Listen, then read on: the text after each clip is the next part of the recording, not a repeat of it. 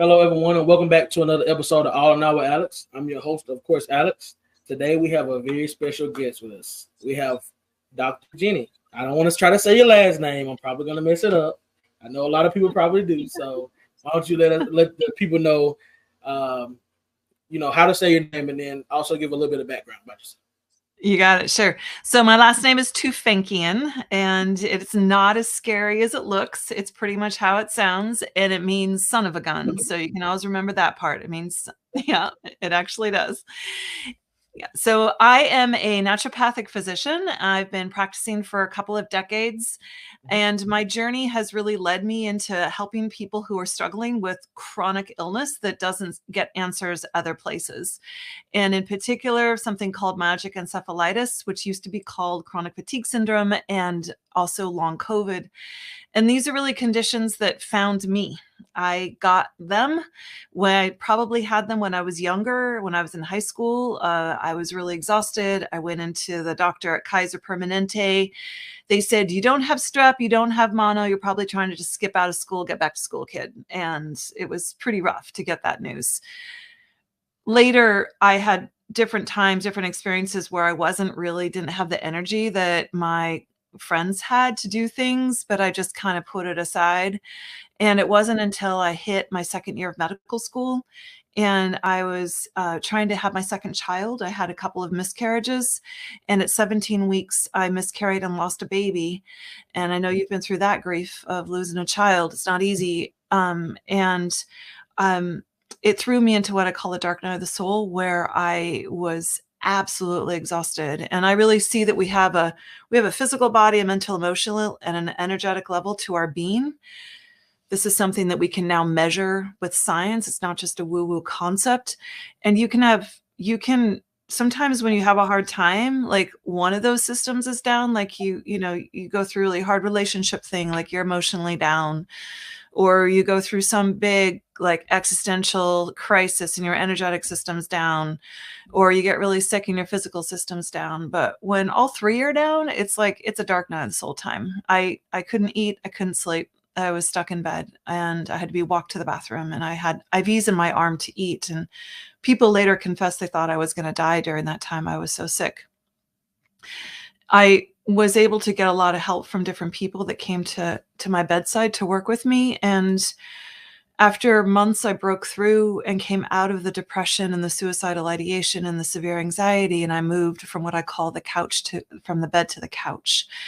And I had to take a year out of medical school. I was so exhausted, but through everything I knew at it as a medical student, and then as a young doctor, and halfway through my residency, first year residency as a primary care doctor in naturopathic medicine, I finally broke through and I figured out the last piece of the puzzle, and I had all of my energy back.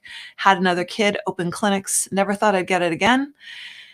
And the gift of that time was I really understood how sick you can be and how much the body can heal. I mean, you talk about going through hard times and having resilience. Like, we are incredibly resilient as human beings in our spirit and in our body. And that's what I experienced. And so it really allowed me to be with my patients in a whole different way. As a young new doctor, I felt like my experience really opened my eyes, and I was able to be present to those who were struggling in a whole new way.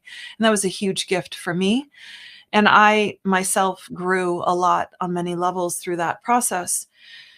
I felt really lucky to have all of my energy back. And then I ended up having what I call a perfect storm, where I had an accident, an injury, severe pain, sleep. I couldn't sleep because of the pain. And I had a sprinkling of perimenopause on top, which is this crazy hormonal thing you go through as a woman in your 40s and 50s. And it just whacked out my system. And that's when I learned a second truism about myalgic encephalitis, long COVID, chronic fatigue, is that you can relapse really fast. And all of a sudden I'm looking at that dark hole that I fell into, and it's like, whoosh, like, all of a sudden I was afraid I was going to be back in bed, but for me to go back in bed at that time would have meant bankruptcy from my family, because they were financially independent on me for my work, as were all my employees and my clinic and everything. And I really had to figure out what was wrong. So I couldn't sleep. So I stayed up at night and I just researched and I researched and I researched until I could figure out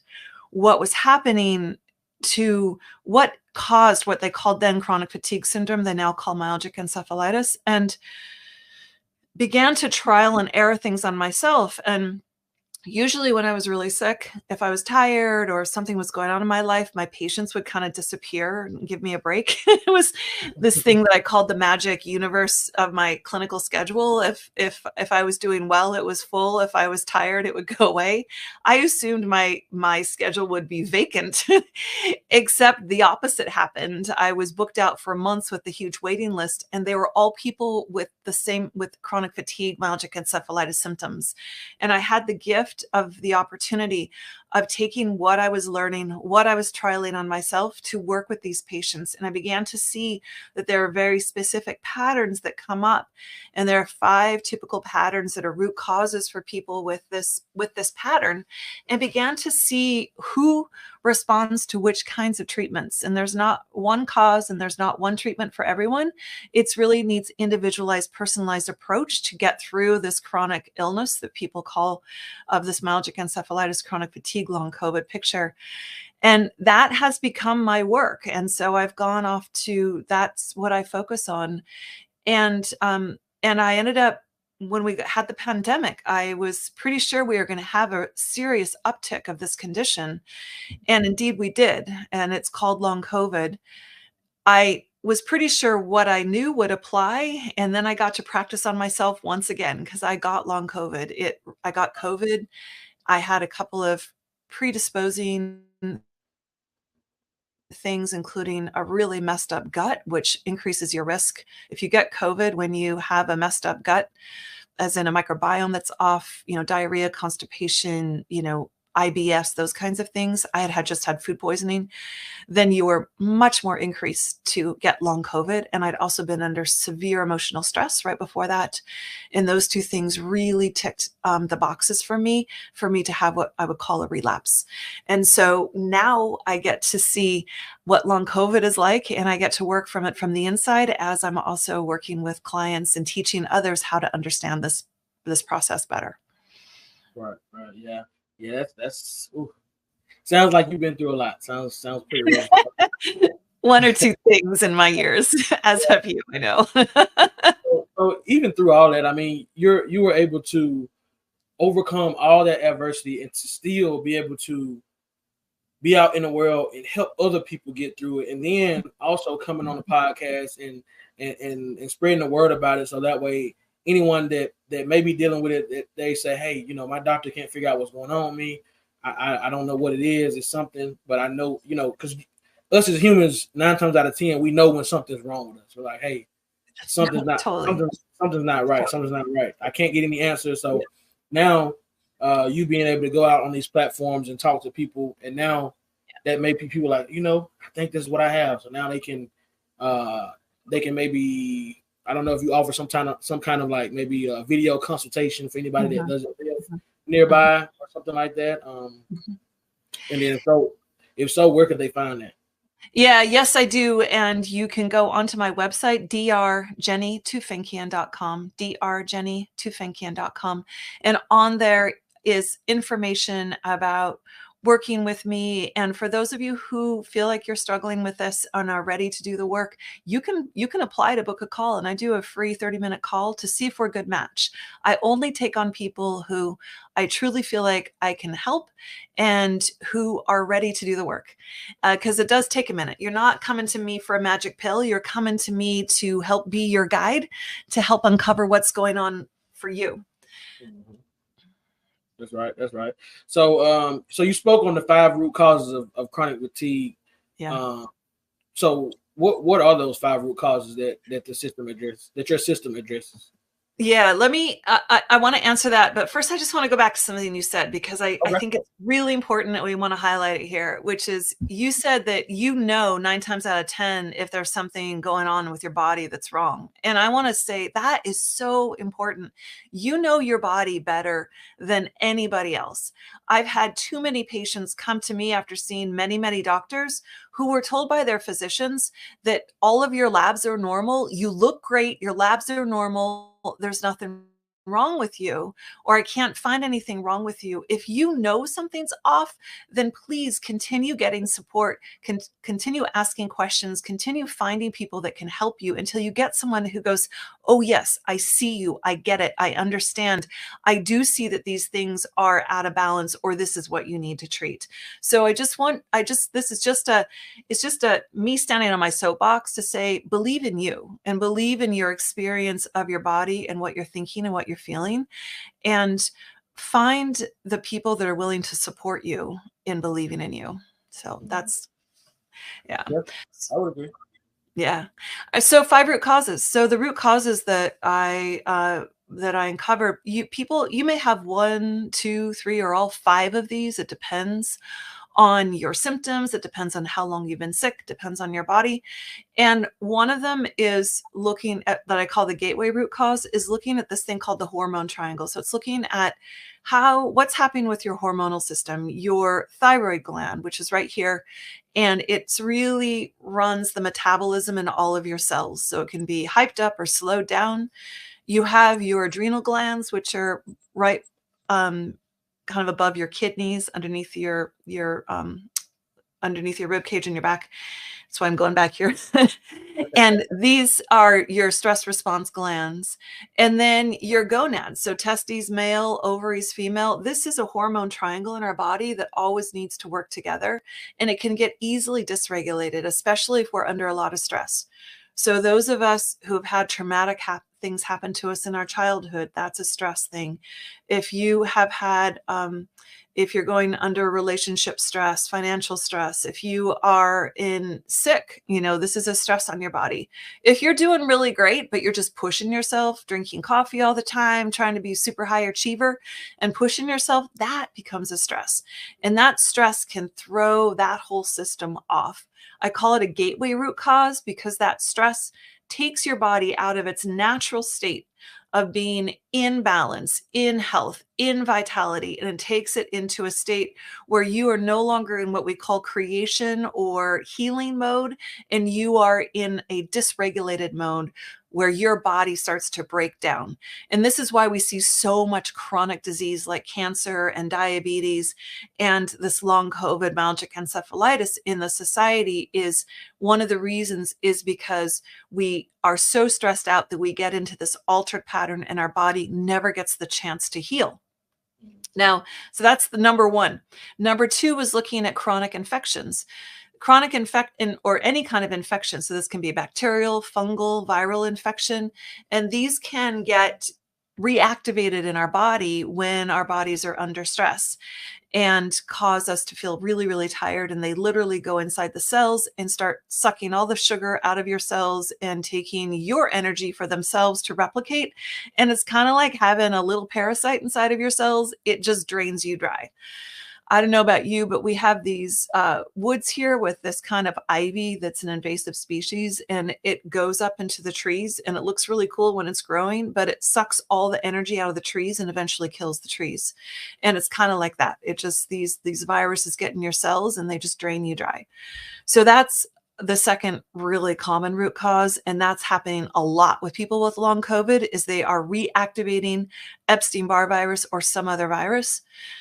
The third is looking at your mitochondria, which are inside your cells. We all have them. If your mitochondria were all destroyed, you would be dead in 3 seconds, like that. Your mitochondria are so essential for life. In those cartoons where somebody throws the poison and everybody dies, like that, it's like cyanide, like that's killing your mitochondria. That's why they die so fast. It's mitochondria death.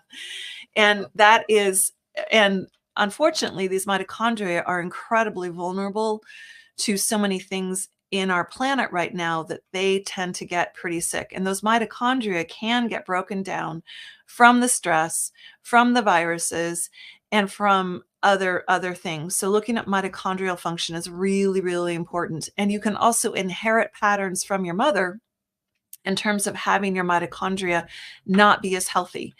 It's very likely that some of this myalgic encephalitis, chronic fatigue, long COVID, that there may be, at least for some of us, an inherited genetic pattern that comes down through the maternal line that makes it so that there may be a more autoimmune-like thing happening inside our mitochondria. I won't be surprised if we find that in the future. That hasn't been confirmed yet, but we do see patterns of family where they tend to get this condition. And so then the fourth one is looking at toxic exposures. Mold is huge. So whether you live where I am in the Pacific Northwest and it's damp half the time of the year, people have a lot of mold in their basements, their windows, or if you live in a hot place where there's air conditioning, you can get a lot of mold in air conditioning systems. So mold is tough. And mold, I mean, you think about it, I mean, we've been living with mold forever, but it seems like the mold is getting more toxic and interacting with other things in the environment and we are starting to have, more of us are having an immune reaction to mold or mold byproducts called mycotoxins. So mycotoxins can be a toxin in your body. Heavy metals like mercury and lead, aluminum, these can all be really hard on that mitochondria and make you sick, as can the pesticides and herbicides that they're spraying on our food. So that's another thing that can really wear down your energy and make it so that your body doesn't function normally. And standard lab tests, this stuff doesn't show up. You have to ask different kinds of questions than your conventional doctor is going to ask you to uncover if this is one of your root causes. And you also may need to do some other kinds of unconventional kinds of testing, some functional medicine testing to figure out if that's happening in your body. And then the fifth root cause is looking at your limbic emotional system. We have this thing in our brain called our limbic brain. So where it is always surveying for safety and danger.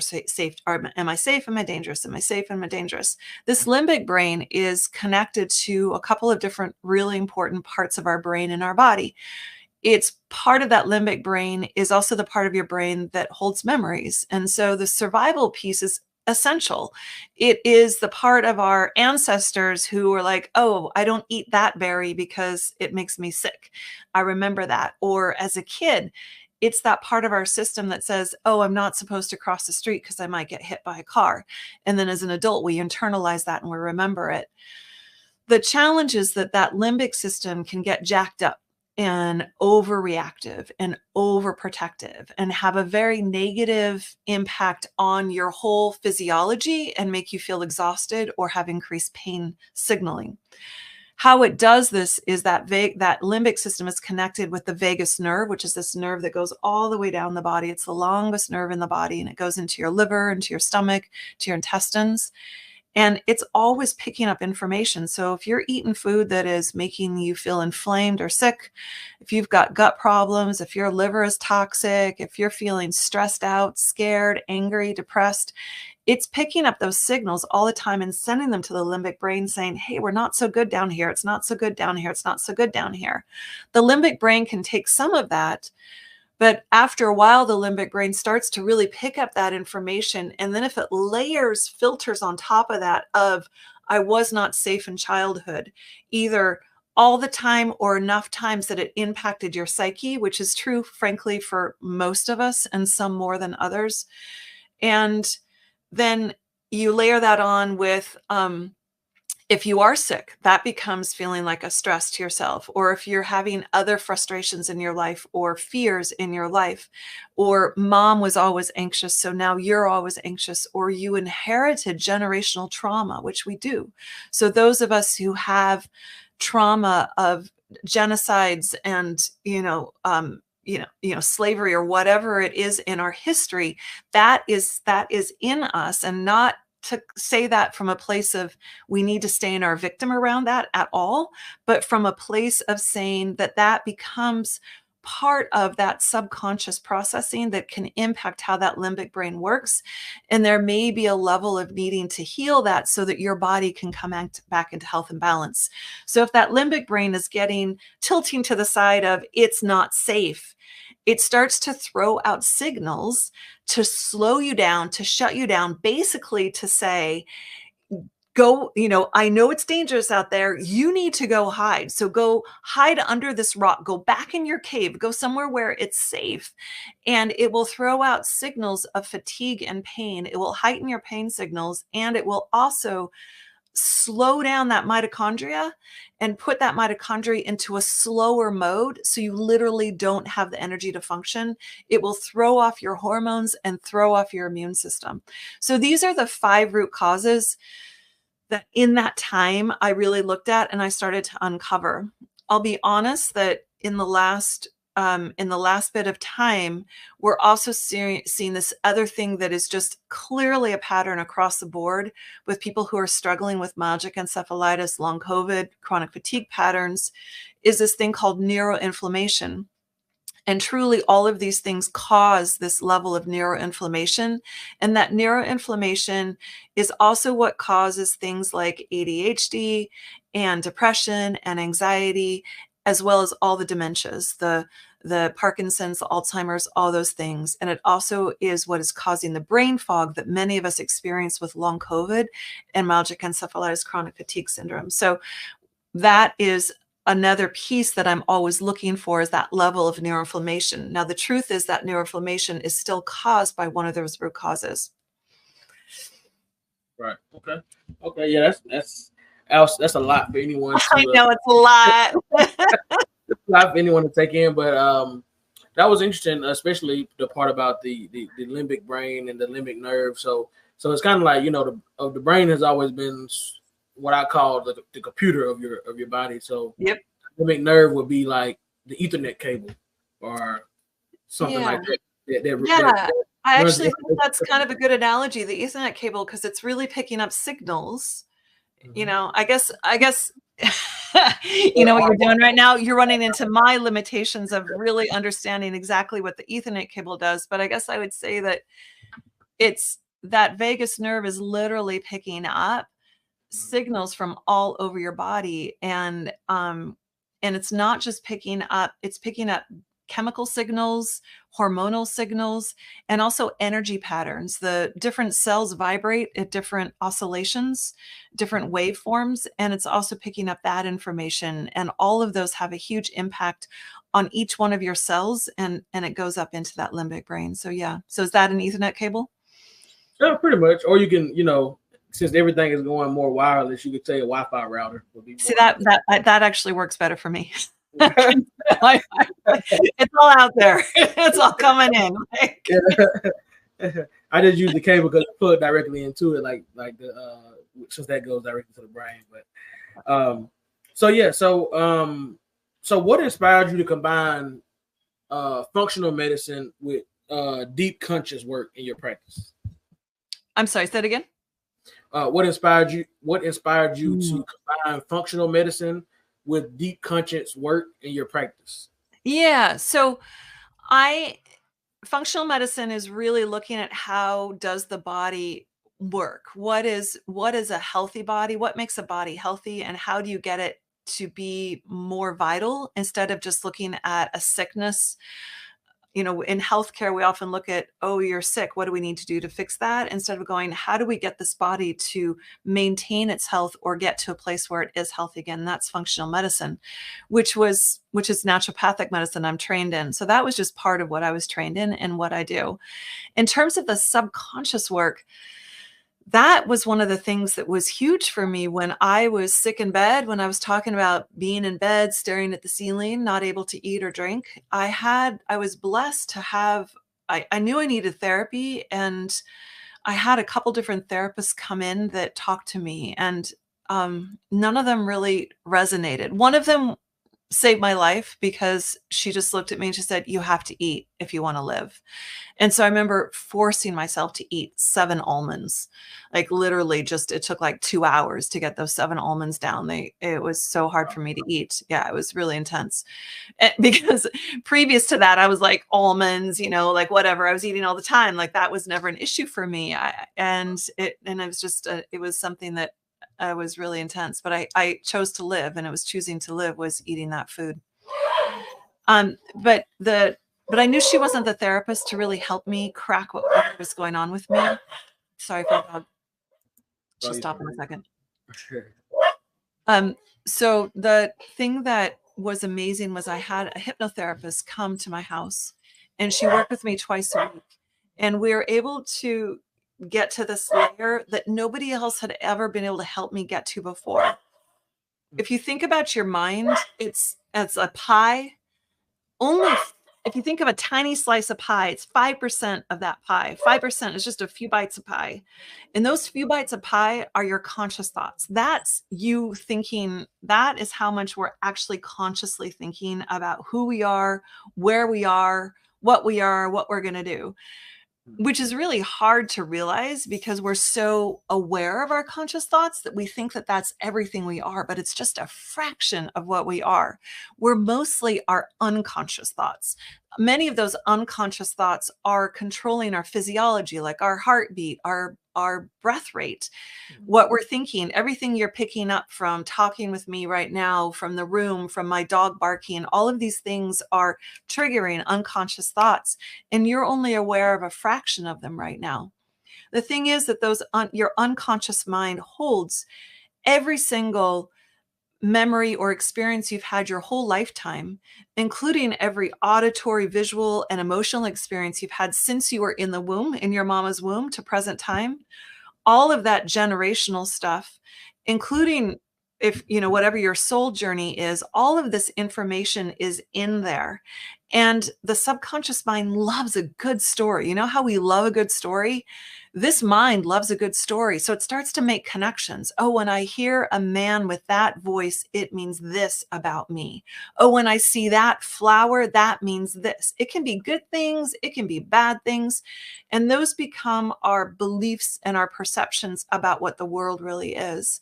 But it's all in this unconscious level. So what was happening to me when I was in bed and I was in my early 30s was a lot of those things that I hadn't had time to look at or to examine that were in my unconscious mind, some that I had inherited, some that I got from childhood, were really taking over my body and dominating my physiology at that time. And this illness was an absolute gift. And it's a time that I call low tide, where here in the Pacific Northwest, where we have an ocean, if there are rocks that the ocean goes over during high tide, it's just kind of like little lumps in the water, little waves in the water. But at low tide, you can see the big rocks and you can see what's making the waves in your lifetime.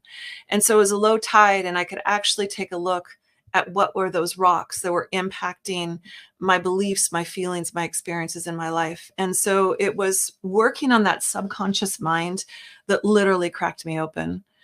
I mean, she came and worked with me for weeks, a couple times a week. It was pretty full on therapy, and she could see the healer in me, and she knew that there was something for me to break through and to see. And so she really hung in there with me. But there was a day she's like, I can't get to this part. You're going to have to come into the office and you're going to have to work with this other practitioner of mine. We're going to both work on you at the same time. I was like, how am I supposed to come to the office? Like, I can't even go to the bathroom by myself. Like, I literally have to have somebody hold my arm to walk me down the hall. I haven't been downstairs in 2 months. Like, how am I supposed to get to the office? So she's like, I don't know. You'll have to figure it out. So my mom came over a few days later and sat me in the bathtub in a chair and washed my hair and washed my body. And I was exhausted. Went back to bed for a couple of days to get over that. And then the day of the appointment, my husband walks me down the stairs. We put the seat back in the car. I cover up my eyes because I can't handle the visual stimulation of driving, of all the motion. And we get to the therapist's office. He walks me in, sits me down in the chair. I was there for 2.5 hours with 2 therapists working on me at the same time doing hypnosis. And at some point, they just hit some symbology in that just impacted my psyche. And they knew they had gotten something, and they just worked with me until they cracked open whatever this pattern was in my brain. And I remember standing up from that and feeling different. And then my husband coming to the door and opening it, and him just looking at me and going, you're back. And he had like a tear in his eye. It's like, oh my God, you came back. And I was able to get into the car. I was able to sit up in the seat. I was able to drive. We went to a park and I was able to walk about 20 steps down. It was in the middle of winter, and there was this big, huge mossy tree, had moss on the back of it. And there was this beautiful sunlight coming on the tree. I just watched that green light on that tree. And it was a huge shift. And that's the thing that got me out of bed and onto the couch. And that was it. And that's when I realized the power of the subconscious mind. And so since then, that's also what I bring into my practice when I'm working with people, have different tools, because I know that sometimes there are things that we can't see that are holding us back from our next step in our healing. And it can be really helpful to have a guide to help you through that path. Right. Yeah, I agree. That's interesting just to hear, like, you wasn't able to walk or really move. And then, after that you were able to, I mean, going from having to be bedridden to walking 20 steps is a big difference. Big change. Right. Yeah.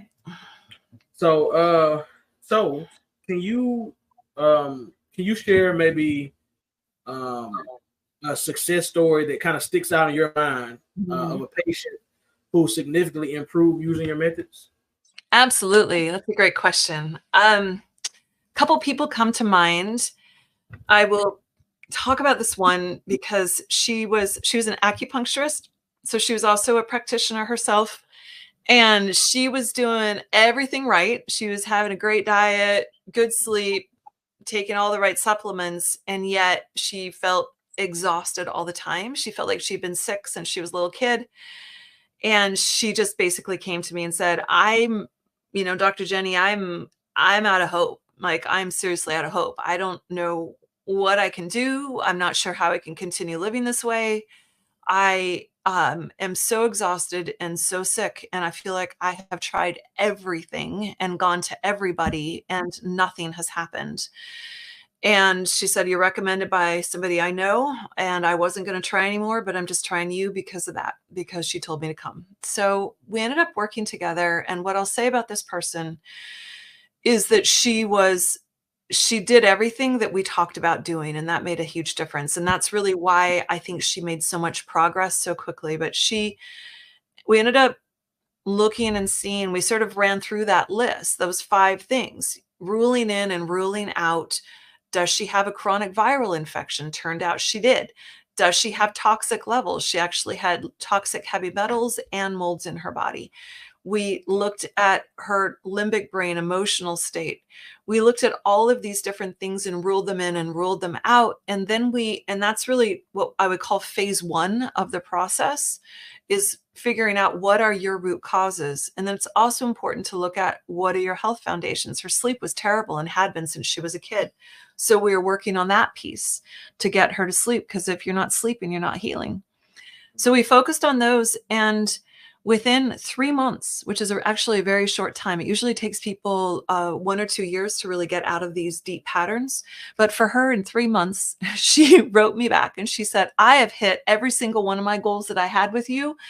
And I want to keep going because now I have more goals and more things that I want to help." And so she continued to work with me, and we're able to do even deeper work now, where she's going through a very deep cleanse right now and working on some deeper stuff, on some of her deeper subconscious things. And she has been able to experience so much more energy, so much more mental clarity, and she's able to sleep much better, which has been amazing. So she's one of the people I think about. And then the other person I think about is this woman who was, I think she was in her 60s, but she'd been sick for decades, and she was a social worker, and she was in an abusive relationship that she stayed in because she was afraid if she left, she was too tired to work, she would just be living in her car and be houseless. And so she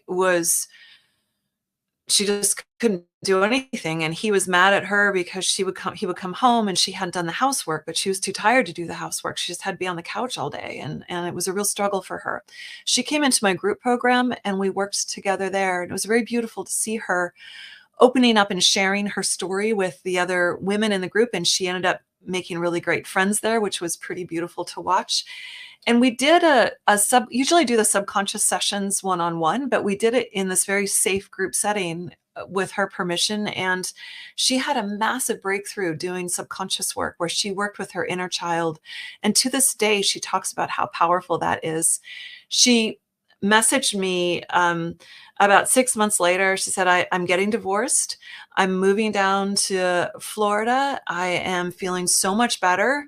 And she now is able to work full time. She had a very stressful divorce and moving and trying to get a new job and all that. It was a lot of stress, but it did not reactivate her condition, didn't reactivate her chronic fatigue, myalgic encephalitis, which is amazing.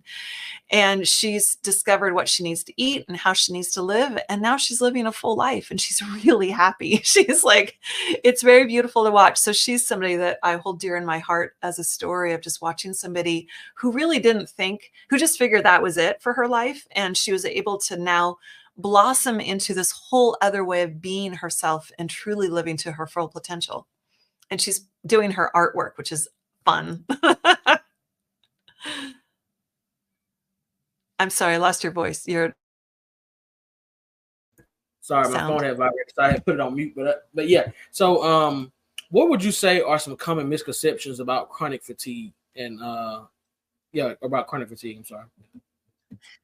I'd say the common misconception about chronic fatigue, myalgic encephalitis, and long COVID, there are many misconceptions. One of them is that there's nothing you can do about it except wait and rest. And I 100% disagree.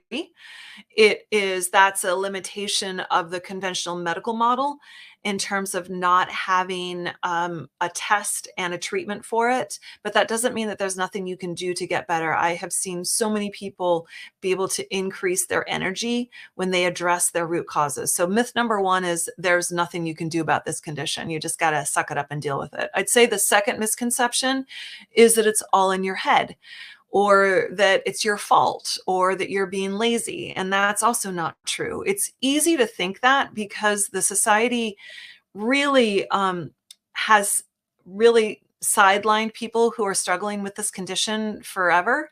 And it's only now since the pandemic, with more research money going towards long COVID, that we have more understanding of it. But even then, because the main symptom is feeling tired, people and everybody feels tired to some level, that it's really easy for your friends and your family to misunderstand, and for your physicians to also not really appreciate how exhausted you are. So I'd say the other misconception is that it's in your head, or you're lazy, or that you're making up. You're not crazy. Like I said, you know your body better than anybody else. If you're not feeling good, you need to figure out what it is and what's going on with you. Yep, I would agree. So, how do you help patients build resilience while trying to regain their energy? Yeah, I love that question, and I love that that's what your podcast is all about, is resilience, because I think it's really beautiful how we can share our stories and help each other. In those times when we're kind of feeling down, to go like, oh, they made it. Like, look at that story, like I find your story really powerful. So I think the resilience comes throughout the whole journey. The resilience comes through, I believe there's a lot of resilience that comes from being willing to face the reality of your situation and being willing to face it head on, and to know that I am strong enough to really look at what is going on with me, and I am willing to do something about it. Right there is step number one into resilience, because that's you believing in you.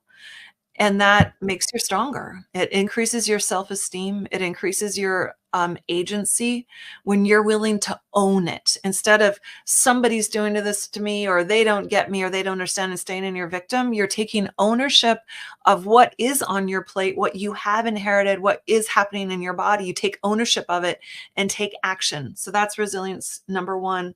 I'd say the next phase of resilience, so that's people walking in the door to work with me. They're already there. That's already happened. That happened before we met. I'd say the second thing that is happening with people when they're establishing resiliency is tapping into even deeper understanding of what their body is saying to them.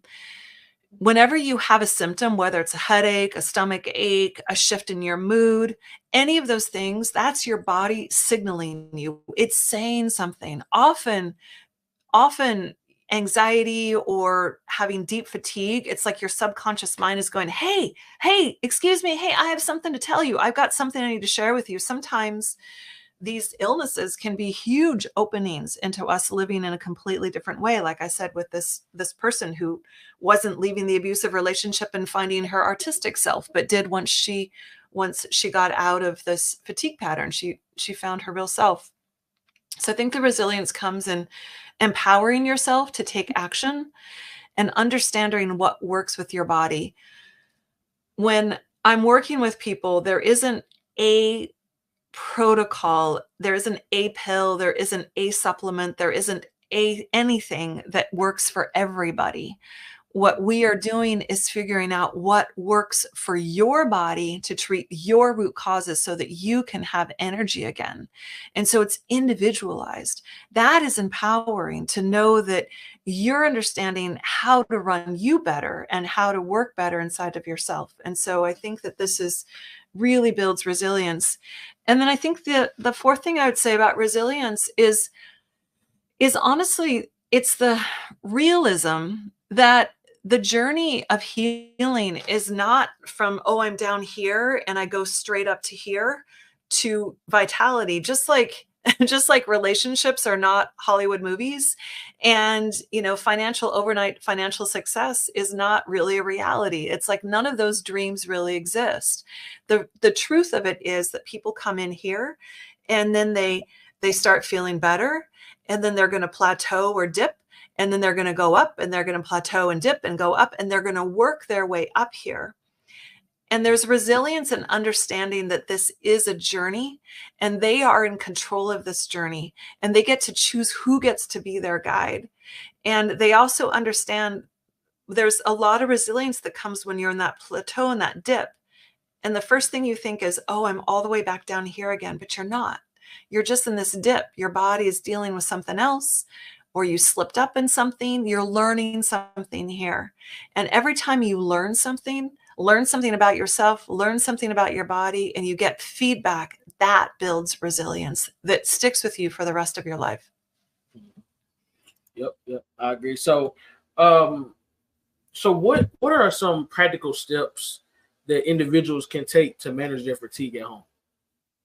So it depends on what level of fatigue you have. I talk about people with myalgic encephalitis, long COVID, chronic fatigue. They talk about tired, like wine connoisseurs talk about fine wines. There are so many different kinds of tired. It's not just plain old tired. So those of you who are what I would call energy normals and get tired after a long day of work or a bad night of sleep, well, that's just taking care of yourself, getting the sleep you need, getting the rest, doing stuff where you're connecting with others, having fun, go dance, go play some music. These things really help us regulate. Being in community helps us regulate. Eating good food, all of those things are really important. For people who are starting to get really stressed out and you finding yourself doing what I call energy budgeting, where you're canceling out of going out with friends after work, or you're not showing up at birthday parties on the weekend because you're too tired, that's where you start. That needs to start to get your attention. And I'd say the first things to do are to get checked out and be sure it's not something easy to fix like anemia, or challenging like a cancer diagnosis. Like, you should get checked by somebody. If you're told everything's all normal, then you need to start digging a little bit deeper in. And you might need to consult with a specialist who really understands all the different root causes. But what I would say is, many people, if you really want sort of what can you do on your own, like the number one thing that would help most of us is to regain what I call a normal circadian rhythm. And this really goes back to that original root cause that I talked about with that stress response and all of those hormones. If we just would do the things that we're told all the time, but we think we don't need to do it yet. And I didn't do this in my 20s or 30s either, which is go to bed at a good hour for you at about the same time every night, get up at about the same time every morning, eat at about the same time every day, and make sure you're getting some kind of exercise, you're drinking lots of water, and you're eating good food. Seriously, if you do those things, like most of the time, the body's going to come back into balance and you're going to feel better. It's when those things don't work that you need to get more help, because you might have a reactivated virus or mitochondrial dysfunction or too many toxins in your body or something going on in your limbic brain that you need support with. Okay. Okay. So, do you let's see, let's skip that one. We already answered that. So do you feel that social media and modern lifestyle have an impact on chronic fatigue? You mean in terms of making it worse or making it better, or what? Impact in what way? Either or. I mean, is it helpful? Is it helpful to it? Is it helpful in certain ways and then negative in certain ways? Like what would be your? I would say yes, it's negative in some ways and beneficial in others. I just like any social media can be. I think that the benefit of social media for people who are struggling with this condition is they don't feel so isolated. It's a very, very isolating condition. You feel really alone. Usually people in your family, your closest friends don't really get it. And people often end up losing friends because they can't work out with their workout buddies anymore. They can't go to the parties. I know personally, I had friends that I loved who were like, hey, we're going to this bar class. Do you want to come? And I kept saying no. Hey, we're going to this party. You want to come? I kept saying no. And then they stop asking, they just kind of forget about you. And this is really common. So one of the great things about social media, and I see this on Facebook groups and groups I'm in with people who are struggling with this, is they're not alone. And there's somebody who understands what it's like. And there's just somebody out there who gets it. The women and men who are in my groups that we're guiding along in this process, they feel the same way. They every week we meet, they're like, I love being here because I don't have to explain my situation. You guys get it. And I'm able to just kind of move on and figure out the next best thing for me to do. And you understand me. And there's so much value here. So I'd say that's been one of the things that's been beneficial in terms of social media, is understanding it. And I think, honestly, the share of information is fantastic. Being able to share research papers or new ideas and information is really great. And that happens like this now, right?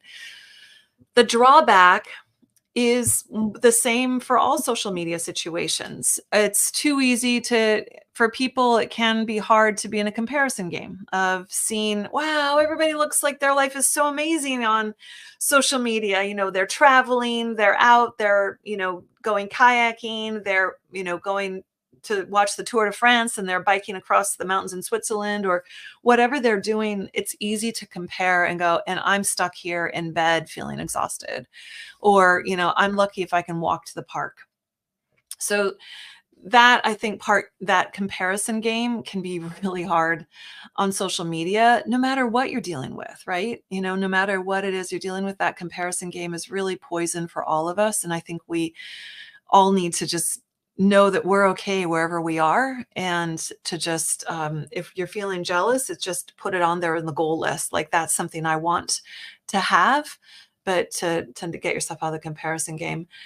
I'd say the other drawback of social media, as much as I love the quick passive information, when it's valid information, that's really great. But there can also be misinformation that gets spread really quickly.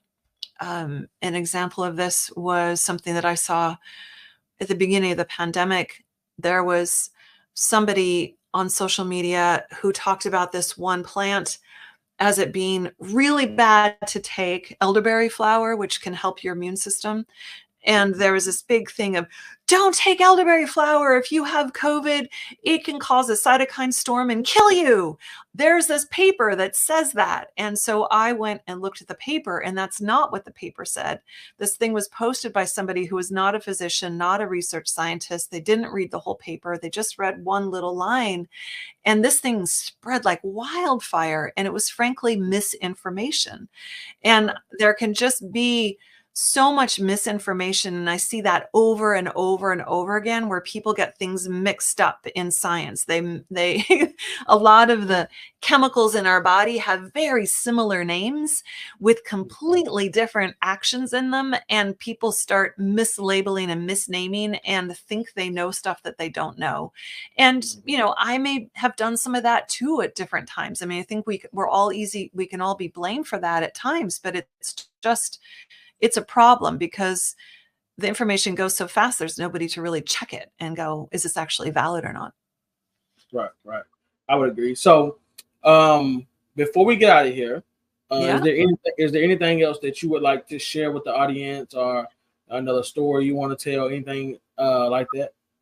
I would just say, if you're out there and you are struggling with low energy, I would say, don't just know that there are answers out there for you. You just need to keep knocking on doors until you find the answer that fits you. And if you know somebody or love somebody who is struggling with fatigue, please let them know that you see them, you believe them, you hear them, and let them know that there are answers out there for them, and encourage them and help them to find the answers they need to have the vitality. Because I really believe it's such a waste for us to be struggling with fatigue when there are things for us to be doing out there in the world. The world needs you to be your best right now, and I know you can heal. That's right. I would agree. So I would like to thank you, Dr. Jenny, for taking the time out of your super busy schedule to come on and have a conversation with me, talk to the audience, and discuss how you overcame adversity, and to give them tips on how maybe they can overcome adversity as well. So I definitely want to tell you, I appreciate you for coming on. Thank you. I appreciate you too. You're just an amazing human, and thank you so much for the work you're doing. And I just try to do what I can. You know, I'm blessed. I went through things as well. So we make the world better one person at a time. That's the goal. So I know. It's beautiful. Yeah. Thank you everyone for watching. You guys have just watched another episode of All in All with Alex, and we'll see you guys on the next episode. Peace. And